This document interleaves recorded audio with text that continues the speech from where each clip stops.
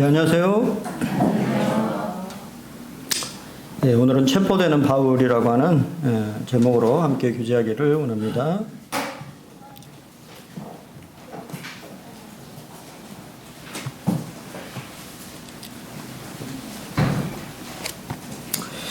네, 사도행전 21장 27절로 40절까지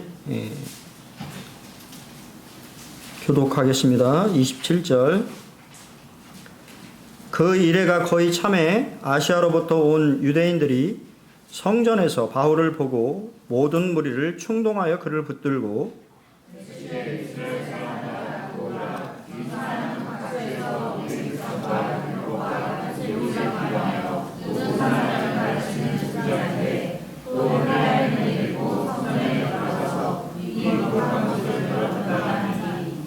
이는 그들이 전에 에베소 사람 드로비모가 바울과 함께 시내에 있음을 보고 바울이 그를 성전에 데리고 들어간 줄로 생각함이로라.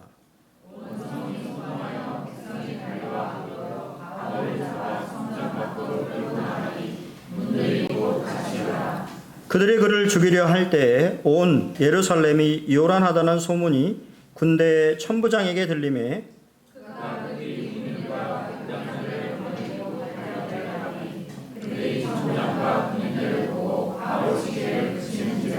예, 천부장이 가까이 가서 바울을 잡아 두 쇠사슬로 결박하라 명하고 그가 누구이며 그가 무슨 일을 하였느냐 물으니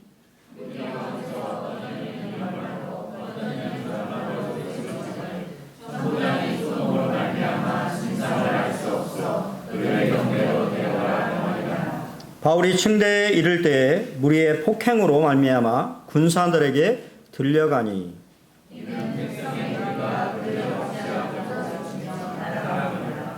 바울을 데리고 영내로 들어가려 할 그때에 바울이 천부장에게 이르되 내가 당신에게 말할 수 있느냐 이르되 네가 헬라 말을 아느냐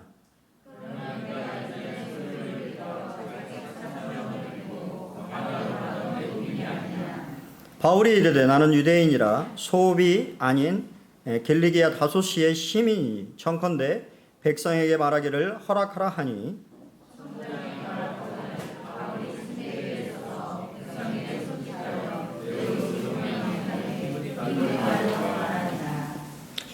감사합니다.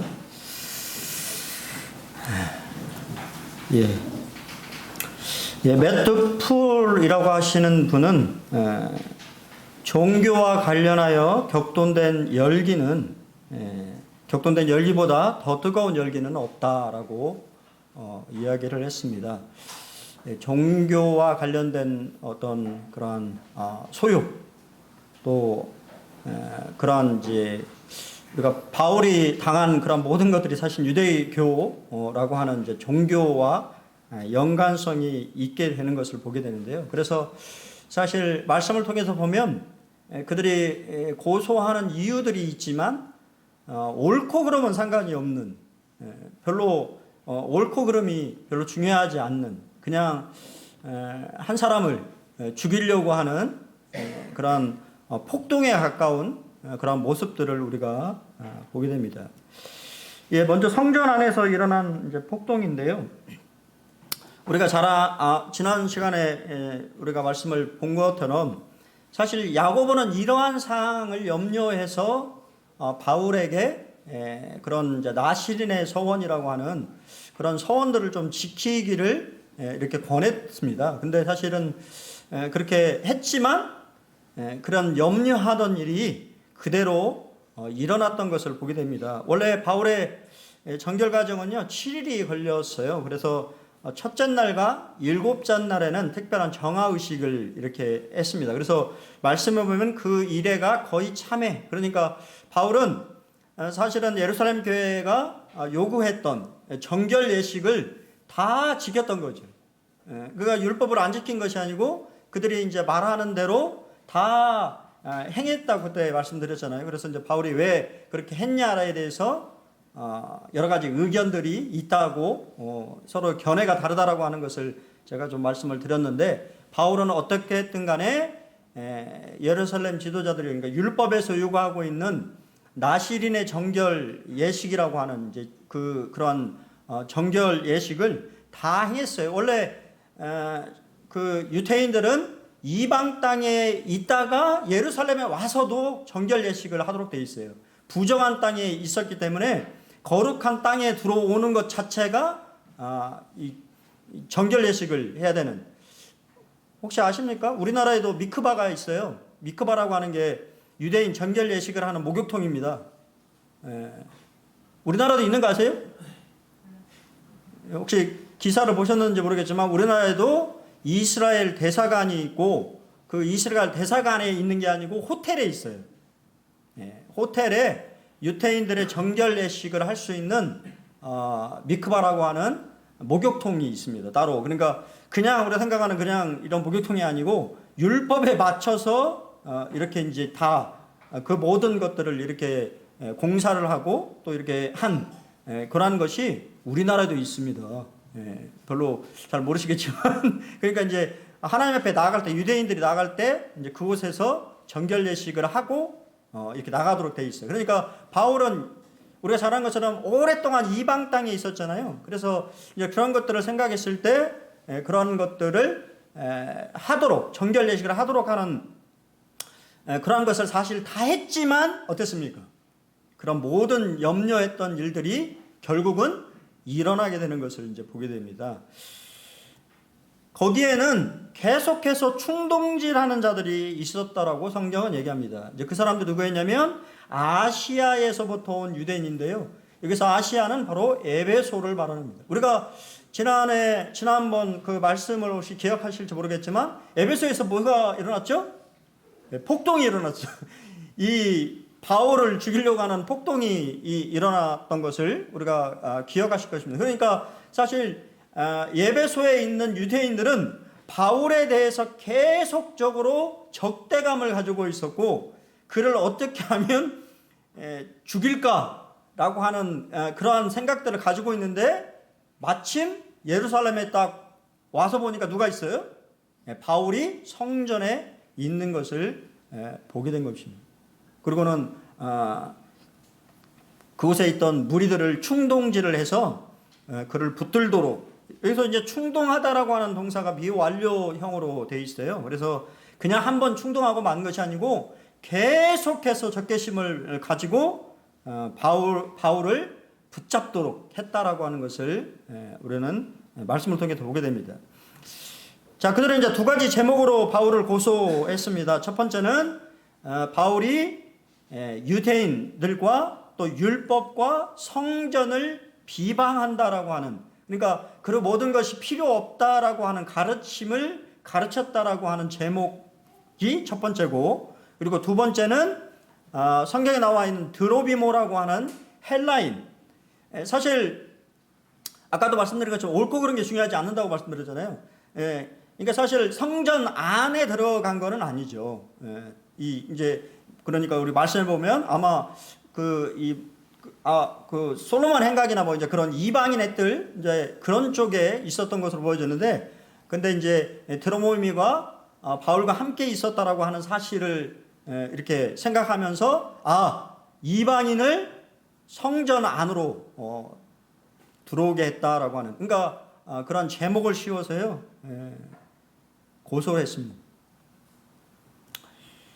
이방인들도 성전 이방인의 뜰은 방문할 수 있었어요. 이제 여기 보시면 성전은 구획이 나눠져 있지요. 원래 이방인의 뜰이라고 하는 곳이 있고요. 그것은 이방인들이 이제 들라드릴 수 있는 그런 곳이고, 그 다음에 이스라엘이라고 하는 뜰이 있습니다. 그리고 이스라엘 뜰 안에도 여인의 뜰이 있고 남자들의 뜰이 있고 제사장의 뜰이 있습니다.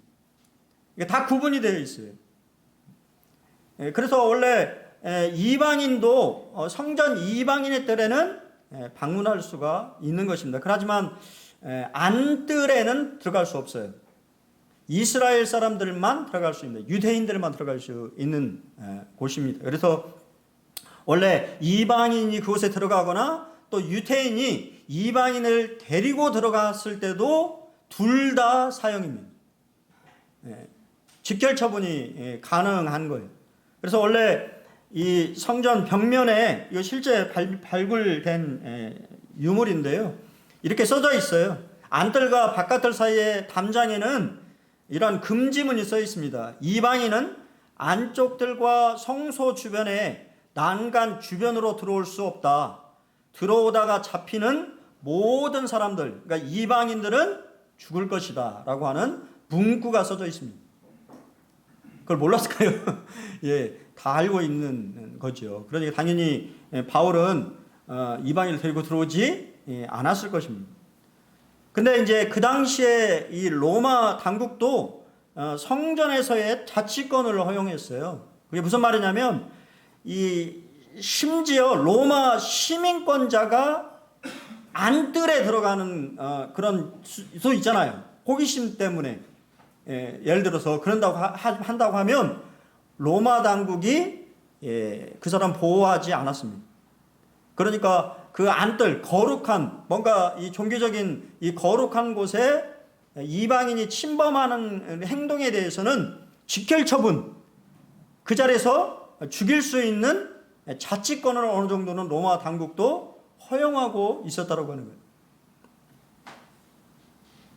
근데 우리가 아까 말씀드린 것처럼 두 가지 제목 모두 다 뭡니까? 새빨간 거짓말이었다라고 하는 것을 알게 됩니다. 우리가 이 사건을 통해서 우리가 이 폭동이라고 하는 이 사건에 그냥 보이는 현상 그것만을 바라봐서는 안 된다고 하는 것이죠. 그 폭동 안에 영적으로 지배하는 영, 그 사람들 안에서 역사하는 영, 그것이 바로 사탄 마귀라고 하는 거죠. 사탄 마귀는 옳고 그르는 것이 중요한 것이 아닌 것이죠. 거짓말을 통해서 결국은 혼란을 야기하고 하나님의 종을 죽이려고 하는 그러한 이 현상들을 일어나도록 사람들을 부추기는 것을 우리는 알아야 된다라고 하는 것을 기억하시기 바랍니다. 상징적인 의미가 이런 사건에 있는데요. 자, 말씀해 보면 온 성이 소동하여 백성이 달려와 모여 바울을 잡았고 성전 밖으로 끌고 나가니 문들이 곧 닫혀버렸다라고 되어 있어요. 문들이 곧 닫혔다라고 하는 것은 사실 이제 성전 뜰에서 바울이를 죽이면 성전이 거룩한 성전이 더럽혀지기 때문에 사실 그 성전을 경비하는 경비병들이 문을 닫은 의미이지만 영적으로 해석해 보면 영광스러운 하나님의 이 성전이라고 하는 그 기능 자체가 완전히 이제는 멈춰버린 모습을 보여주고 있다라고 몇몇 학자들은 그렇게 분별합니다. 분명히 하나님은 하나님의 성전에 임재하셨고 그곳에서 하나님의 예배를 받으셨다라고 하는 것을 우리는 말씀을 통해서 알게 되는데요. 그리고 원래 성전은 뭐 하는 곳입니까?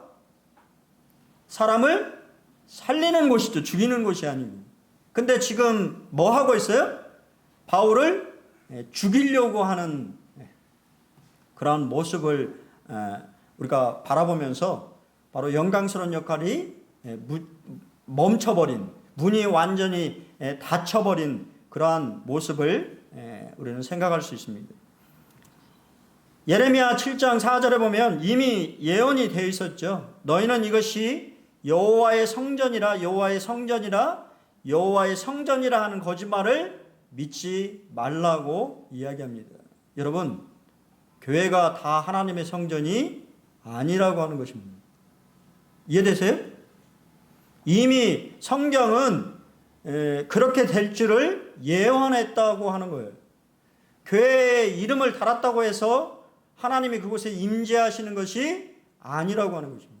하나님의 임재가 없는 곳은 이미 그 역할을 다 해버렸고 그곳은 그냥 우리 주님이 말씀하시는 주님 뭐라고 말씀하셨어요? 마태복음 21장 13절에 한번 같이 읽어보겠습니다.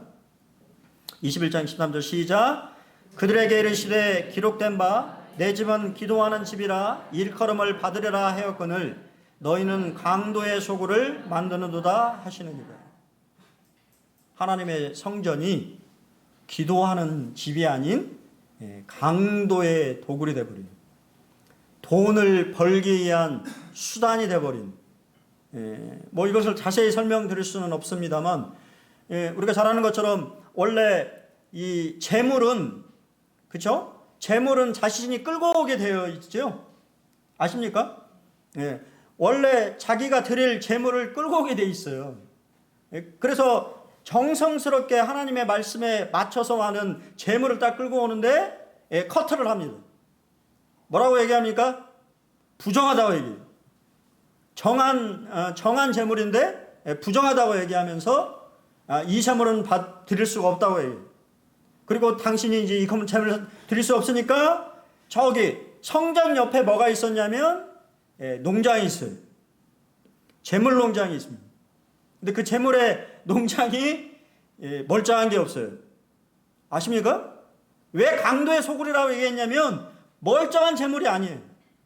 흠있고 하나님 앞에 드릴 수 없는 재물 시장이 그 옆에, 성전 옆에 바로 있었어요. 돈을 받고, 그러니까 정한 재물은 자신들이 취하고 부정한 뭔가 흠이 있는 그 재물을 예배자에게 줘서 하나님 앞에 예배하도록, 그러니까 그러한 금전적인 거래를 통하여서 자신의 배를 채우는 그 역할이 바로 예수님 당시의 성전의 모습이었다고 하는 거예요. 그래서 사람들이 돈을 바꾸고 그 안에서 물물 교환하는 하나님의 교회가, 하나님의 임재하시는 이 성전이 그냥 장사꾼들의 그런 거래처가 되고, 때때로 그런 분들 혹시 이제 있는 것을 보게 돼요. 뭐 이렇게 복음을 전할 때 이렇게 만나지는 않았습니다만 그런 생각을 가지신 분들이 많이 있어요. 특별히 이제 제가 뭐 대형 교회를 이렇게 비판하는 건 아닙니다만, 이제 큰 교회에 가야 된다고 얘기하는 이유 중에 하나가 뭐냐면 자신이 사업을 하기 때문에, 어떤 사업적인 목적, 많은 사람들에게 내가 뭐 도움을 받을 수도 있고, 뭔가 그 사람들에 대해 영업장에 찾아올 수도 있고, 뭐 이런 생각들을 하면서 교회에 나가시는 분들도 있습니다. 왜 교회 나가십니까? 왜 대형교회, 왜 이렇게 큰 교회 나가세요? 하면 아유, 장사를 하잖아요. 그러니까 많은 사람들이 좀 이렇게, 그러니까 별로 종교적인 진리 이런 관심이 없어요. 자신의 돈벌이 목적이, 그런 것에 하나님이 임재하실 거예요. 이미 성전은, 또 이스라엘 백성들은 하나님의 뜻을 거부했다고 하는 것입니다. 하나님의 메시지와 그 메시지를 전달하는 하나님의 사자를 추방해 버린 것은 이미 성전의 멸망을 앞당기고 있는 것을 우리는 보게 됩니다. 예, 그렇습니다. 우리 이미 예수님이 예언하셨죠. 헤롯 성전을 바라보면서 성전 파괴될 것을, 돌 위에 하나도 남지 않고 다 무너지리라고 주님은 예언하셨고, 우리가 잘 아는 것처럼 로마 제국의 나중에 훗날 황제가 됐던 디수트라고 하는 장군에 의해서 AD 70년 8월 10일 성전이 불타기 시작했고요. 9월경에 예루살렘 전체가 완전히 파괴되는, 그래서 지금 이스라엘에 가면 남아있는 것이 뭐냐면 서쪽 벽이라고 하는 벽 일부만이 남아있어요. 성전에 있는 모든 것은 다 불타버렸고, 벽, 그러니까 외벽이죠. 외벽 쪽에 있는 그곳에서 여전히 이스라엘 유태인들은 기도하고 있습니다. 메시아를 기다리면서. 예. 우리 요한계시록 2장 5절 말씀 같이 한번 큰 목소리를 한번 읽어보겠습니다. 계속했습니다. 시작. 그러므로 어디서 떨어졌는지를 생각하고 회개하여 처음 행위를 가지라. 만일 그리하지 아니하면, 회개하지 아니하면 내가 내게 가서 네 촛대를 그 자리에서 옮기리라. 어느 교회에 하신 말씀이죠? 예, 에베소. 첫사랑을 잃어버린 에베소 교회에 주님이 주신 경고의 말씀입니다. 그리고 실제적으로 에베소 교회에 교회가 남아있나요? 우리는 에베소에 가면 유물만 볼 수 있는 거예요. 유물. 제가 그래서 그런 교회를 무슨 교회라고 그랬습니까? 박물관 교회. 저는 주님의 은혜로 제가 이제 뉴질랜드에 있었는데요. 뉴질랜드는 우리보다 모임이 100년이 넘었어요. 훨씬 이전에 모임이 이렇게 들어왔는데 저는 참 그런 교회를 많이 봤습니다. 박물관 교회, 터만 남아있는 교회. 어떤 형제님이 저를 데리고 딱 가는데 여기에 있어요. 명패가 있습니다. 지금도 있어요. 어디 바이블 채플. 보통 바이블 채플이나 우리가 가스펠 홀이라고 하는 이름을 붙이면 모임 예배당일 경우가 대부분이에요. 근데요, 건물만 남았어요. 사람이 없습니다. 교회인가요? 박물관 교회인 거죠. 아, 옛날에 여기가 교회 자리였구나라고 하는 그냥 회상만 하는, 추억만 하는. 여러분, 하나님의 뜻이, 하나님의 이 성령의 임재가 하나님의 뜻이 우리 가운데서 이루어지지 않으면 하나님 뭐라고 경고하셨냐면 촛대를 옮기겠다고 말씀하셨어요. 그건 교회가 교회로서의 역할이 없는 것입니다. 우리는 하나님의 뜻을 행하고 있는지를 우리 자신 스스로가 한번 생각해 봐야 된다고 하는 거예요. 나는 정말 첫사랑을 회복하고 있는지. 어제 좀 사실 오랜만에 군산교회 이제 성도 집회라서 갔는데요. 참 옛날 생각 많이 나더라고요. 그게 무슨 말이냐면 옛날에는 호남 지역 제가 청년 때 90년도에 구원받고 청년 때만 해도 그 성도 집회 하면요. 와, 외부에서 정말 많이 왔거든요. 오히려 교회 성도보다 외부 성도들이 더 많이 모여가지고 막 이렇게 했는데 지금은 이제 모임이 너무 많아서 그런 건지 어떤 건지 모르겠습니다만 집회를 해도 별로 성도들이 관심이 없어요. 별로 참석 안 합니다. 옛날에는 말씀을 들을 기회가 없잖아요. 미디어가 발달된 것도 아니고 또 실제적으로 이렇게 좋은 말씀들을 들을 기회가 없으니까 성도들이 막 찾아갔단 말이에요. 어떻게 하면 말씀을 더 들을까? 어떻게 하면 하나라도 더 배울까? 근데 요즘은 어떻습니까? 그냥 얼마나 좋은 시대에 핸드폰만 딱 켜도 그냥 검색만 딱 해도 유명한 목사들의 말씀들이 막 줄줄줄줄 나옵니다. 그러니까 마음이 식어지는 거예요. 하나님의 말씀에 대해서 별로 갈급함이 없는 것입니다. 말씀의 홍수라고 하는 것은 여러분 생각해 보십시오. 말씀의 홍수는 이게 좋은 게 아닌 거예요. 휩쓸려 가는 것입니다. 휩쓸려 가는 거예요. 내가 뭐 말씀을 막 듣는 것 같아도 내 마음의 변화가 전혀 없는 거예요. 여러분 그렇지 않습니까? 여러분 그런 삶을 살고 있지 않아요?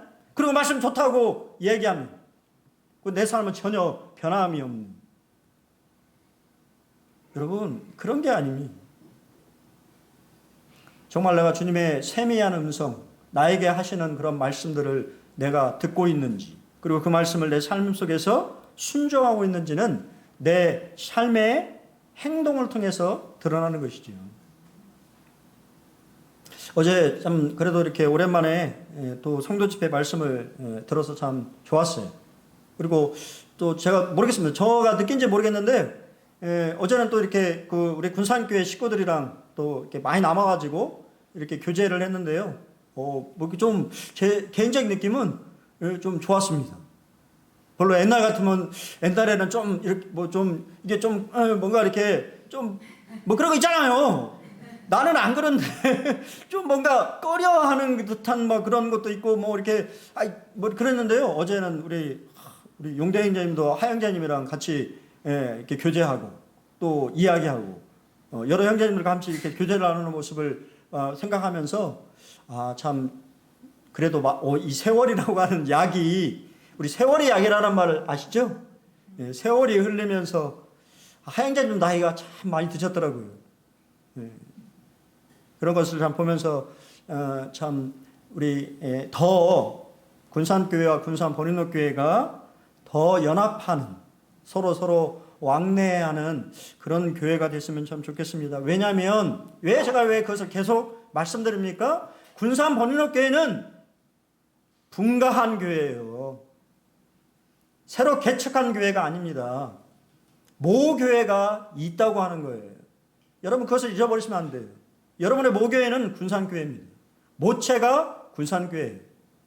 그렇기 때문에 가능하다면 연합하셔야 됩니다.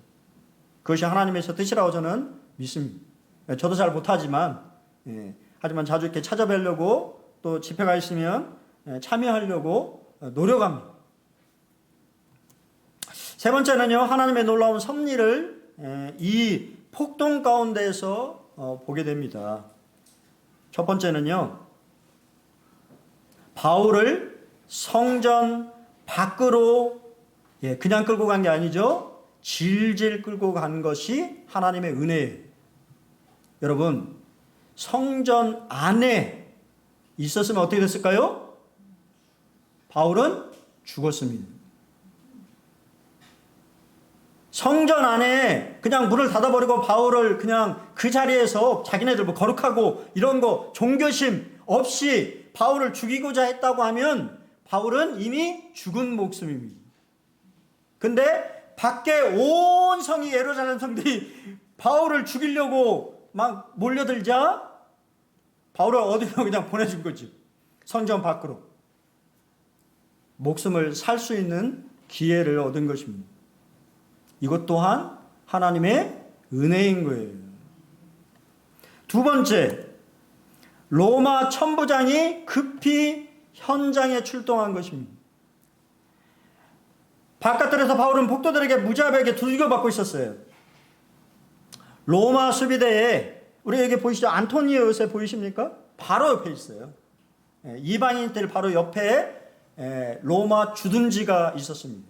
그리고 그 당시에 예루살렘은 잘 아시는 것처럼 이 폭동의 조짐들이 많이 있어요. 특별히 이 기간이 오순절 절기 기간이었기 때문에 이 당시에 안토니오 요새에는 1000명의 군인이 상주하고 있었습니다.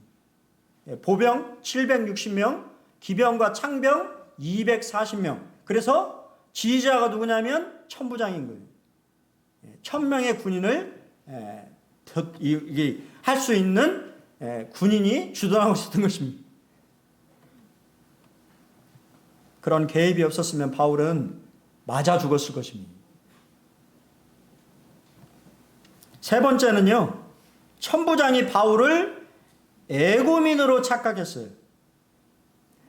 천부장이 적극적으로 이렇게 개입했던 이유는 뭐였냐면 원래 그 이전에 애굽인이라고 하는 어떤 사기꾼이 이 예루살렘에서 폭동을 일으켰어요.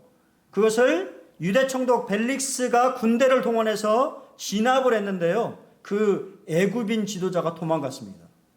나머지는 다 잡혔는데 애굽인 지도자만 사라져 버렸어요. 그래서 천부장이 생각했을 때 바울 지금 그 난리를 피고 있는 사람이 누구라고 생각했어요? 바로 그 폭동의 주범인 그 사람이 다시 나타났을 것이다라고 생각을 했습니다. 그렇기 때문에 정치범으로 생각한 거예요. 이해되세요? 원래 정치범은 두세 사슬에 묶는 겁니다. 중범죄인 거예요. 중범죄자. 원래 종교적인 문제였으면 아마 이 천부장이요 개입을 안 했을 수도 있어요. 그냥 내버려 뒀을지도 모릅니다. 근데 그렇게 생각하지 않았다는 거예요. 착각을 했습니다. 마지막으로 어떻게 해요? 잡히긴 했는데 로마 제국 군인들의 밀착 경호를 받게 됩니다. 우리 성경은 뭐라고 합니까? 들려서 얼마나 죽이려고 사람이 달려들었으면 바울을 군인들이 들쳐매가지고 목숨을 살리기 위해서. 하나님의 은혜인 거예요. 아십니까? 그 난리통에 참 바울이라고 하는 사람은 어떤 사람이었을까? 두렵지 않았을까? 그렇게 두드러, 여러분 생각해 보세요. 막 난리, 머리가 막 엉클어지고, 옷은 다 찢어지고, 온몸은 다 멍들어가지고. 여러분, 이 결박은요, 로마로 가는 결박이었어요. 하나님의 예언이 응답되는 결박이었습니다. 이미 예언돼 있었잖아요. 그죠? 네가 결박이 되어져서 로마에 갈 것을 이미 예언하셨어. 이것은 또한 하나님의 종을 보호하시는 하나님의 놀라운 섭리가 그 모든 위험한 순간순간에 함께하고 있었다고 하는 사실을 여러분 기억하시기 바랍니다. 바울 한 사람의 그 사건 안에는 여러 가지 이 다양한 사건이 맞물려서 하나님의 손 안에서 하나님의 섭리 가운데서 이루어지고 있었다라고 하는 사실을 기억하셔야 돼요. 여러분들이 어떠한 이견이나 어려운 순간에 닥칠 때에도 하나님 그 모든 순간에 주인이십니다. 그 모든 상황을 통제하시고 그 모든 상황 가운데 하나님의 섭리가 있는 것을 기억하셔야 돼요. 그래서 사도행전 23장 11절에 보면 그날 밤에 주께서 바울 곁에 서서 이르시되 담대하라. 네가 예루살렘에서 나의 일을 증언한 것 같이 로마에서도 증언하여라 하리라 하시니라고 다시 한번 확증해서 말씀해 주신 것입니다. 하나님의 뜻은 이미 바울이 로마에 서는 것입니다. 가이사 앞에 서는 거예요. 그렇기 때문에 당연히 어떻게 해요? 보호해야 하시는 거죠. 그 모든 순간순간마다. 이런 난리통에 바울의 관심사는 무엇이었습니까? 바울은요, 자신의 로마 시민권을 사용했습니다. 착각을 하자 당당하게 얘기합니다. 나는 유대인이다. 그리고 소읍이 아닌 조그만 시골 동네의 사람이 아니고 길리기아 다소시의 시민이다. 길리기아 다소시의 시민이라는 말은 자신이 로마 시민권자라고 하는 것을 말하는 것이에요. 원래 길리기아는 그 당시에 가장 큰 도시 중에 하나였고 로마의 자치권을 부여받은 상당히 큰 도시였어요. 그래서 그곳 출신이라고 하는 것은 그가 로마 시민권자라고 하는 사실을 밝힌 것입니다. 정부는 우리를 보호하기 위해서 하나님이 허락하신 기관입니다. 하나님이 제정하시고 조직하신 기관이 있는데요. 조직이 있는데 그게 세 개가 있어요. 첫 번째는 가정입니다. 가정을 하나님이 만드셨어요. 두 번째는 정부예요. 그리고 세 번째가 교회입니다. 이 모든 것은 하나님의 통치권 아래에 있는 것입니다. 그래서 우리가 잘 아는 것처럼 로마서 13장 1절에 뭐라고 얘기하고 있습니까? 위에 있는 권세에 복종하라고 얘기합니다. 왜냐하면 그 모든 권세가 하나님으로부터 났기 때문이라고 이야기하고 있어요. 정부가 사실 때때로 보면 우리가 하나님이 왜 이런 정부, 국가 이런 것들을 만드셨느냐라고 생각할 수 있습니다만 그래도 우리가 이 대한민국의 국민으로서 여러 가지 보호를 받고 있다라고 하는 것도 하나님의 섭리입니다. 그래서 그런 거 혹시 보셨어요? 우리 성도님들 그런 거 잘 안 보시겠지만 저는 좀 젊어서 그러지만 그런 게 좀 보이더라고요. 외국인이 동남아 사람들이 이 한국 여권의 파워 그런 우리 영상 보셨어요? 별로 관심이 없으시구나. 이 한국 여권이 파워가 있어요. 많은 나라에 무비자로 들어갈 수도 있고 한국 여권을 소지한 사람들은 그냥 이렇게 통과가 되는. 이해되세요? 그래서 결혼한 저기 막 우즈베키스탄에서 결혼한 그 여자분인데 여권이 뭐예요? 한국 여권인 거예요. 그러면 이제 일단 붙잡아 두는 거죠. 왜 당신이 한국 여권을 가지고 있냐? 남편은 이미 이제 통과를 하고. 그러면 자신이 이제 결혼해서 이렇게 나오면 그냥 이렇게 통과가 되는. 그런 것처럼 복음의 촉진을 위해서 법을 사용하는 것, 여러분이 가지고 있는 어떤 권리, 또 가지고 있는 어떤 특권, 이런 것들을 사용하는 것은 정당한 것입니다. 바울은 자신이 가지고 있는 시민권이라고 하는 권리를 사용해서 복음을 전할 기회를 삼았다고 하는 거예요. 예, 그렇습니다. 바울의 관심사는 뭐예요? 사나 죽으나 예수를 전하는 것입니다. 참 무게가 있어요. 제가 이 말씀을 하면서도 양심에 찔립니다. 나는 이런 삶을 못 사는데 사나 죽으나 예수님을 전하는 것. 기회를 얻어서 바울은 자신이 예수님에 의해서 변화된 것과 예수님을 전하기 위해서 이방인의 사도가 된 것을 다음 시간에 간증하게 됩니다. 사실 가장 위대한 복음은 내가 예수 만난 간증이에요. 여러분의 구원 간증이 가장 위대한 간증입니다. 바울은 그 이야기를 다음 시간에 하려고 하고 있어요. 두드러 맞고 지금 이 온몸이 안 아픈 곳이 없는 상태임에도 불구하고 바울은 다시 한번 유대인들을 향해서 자신의 민족, 동족들을 향해서 복음을 증거하려고 하는 이 바울의 마음은 정말 하나님의 마음이다. 그렇지 않겠습니까? 자신은 죽어도 이 무지한, 몰라서 지금 이렇게 있는 이 무지한 동족들을 바라보면서 안타까워하면서 다시 한번 복음을 전하려고 하는 마음이 주님의 마음이라고 하는 거예요. 여러분들이 그런 마음들을 가지시길 바랍니다. 네, 같이 한번 마지막 말씀입니다. 같이 한번 읽겠습니다. 사도행전 1장 8절 시작.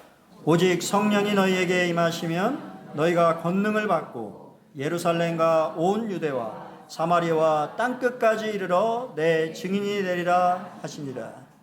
예, 증인으로 서 있는 당당한 위대한 종 사도 바울의 모습은 우리에게 무엇을 말해주고 있습니까? 자신의 목숨은 개의치 않고 자신이 하나님의 종이요 그리스도의 종으로서 당당히 자신의 이 정체성을 또 자신의 관심사를 이야기하는 바울의 모습은 참으로 저는 참 멋지다고 하는 생각이 들었어요. 여러분, 이제 한 주 우리가 다시 이 세상 속에서 일상의 삶을 살아갈 때 나는 누구인가라고 하는 정체성의 물음에 답해 보시기 바랍니다. 나는 정말 예수님의 종인지, 내가 그분의 아까 우리 형님이 이야기 꽃 이렇게 있는데요, 향기가 그리스도의 향기가 믿는 자들이나 믿지 않는 자들에게 퍼지는, 저 사람은 정말 멋진 교회 다니는 사람이야.